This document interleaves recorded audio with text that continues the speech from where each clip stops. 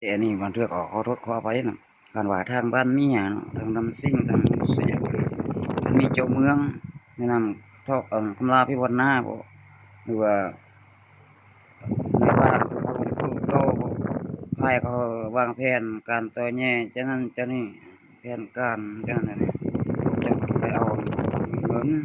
เขาวางแผนจะได้อันนั้นตะกี้เขาเขาอยู่ลาวเขาจะตั้งมันเจ้าเมืองเอิ้นพญาเจ้าเมืองแต่เฮาบ่มีนำไม้แม่พญาอยู่ตรงนั้นเขาเอิ้นเจ้าชีวิตนะเจ้าชีวิตก็เป็นมีนำแม่พญาก็จะตั้งว่าพญาเจ้าเมืองก็เจ้าชีวิตเขาใช้ปัญญาแต่เขาบ่ออกมาด้าวางแผนแบบนั้นวางแผนแบบนี้นะหรือวางแผนไว้เขาอันนั้นเจ้าผู้อื่นเจ้าเรื่องนั้นเรื่องนี้คำพ้อคำว่าหั้น เวลาประชาชนเนาะเขาฟัง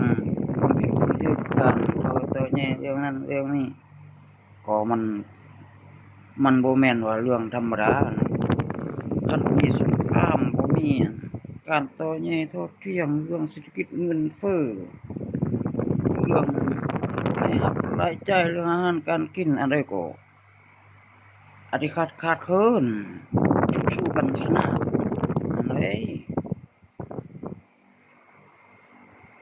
แต่เฮาว่าเฮา บ่แม่นเฮาก็บ่แม่นว่าเฮาโง่เนาะแนะนำข้อบีบว่าเฮาเป็นกำพร้าเฮาก็ต้องทิ่มไปแต่เฮาก็สบายย้อนหยังลูกเต้าเขาก็บ่ได้บ่ว่าสนใจเทื่อเพิ่นแม้แต่ถามเอาเงินให้คือลูกชายมันหยังก็ยังบ่ทันเอาบ่ยอมเอาเงินแม่นหยังก็ต้องปลุกปล่อยโตเฮามันรอดไปก่อนแม่แค่คือพี่น้องในสารวัตรนะบางเทื่อเวลาเฮามีนะเฮาก็จะโอนส่งคืนผู้ที่เขาให้เฮานะ เวลาเขาได้แต่เขาก็ยังบ่เอาคือแม่แขกโอ้ยลูกเอ้ยบ่ท่าโอนบ่ได้ลูกอยู่ตัวคนเดียวอันนั้นคือให้กำลังใจนะลูกอยู่คนเดียวต้องอยู่ให้รอดหั้นนะผู้ที่เข้าใจอันนั้นเรื่องเจ้าเมืองมันก็อาจจะมีเดะเพราะว่าแม่นเฮามีแล้ววิชาชีพขับรถแม่งไปเอิ้นอันแบกไม้มื้อหนึ่งได้50,000พวกจะหนี้ผู้เอาเนาะเอามาหินทุบประตูอะนะอันนั้น มันมีคดี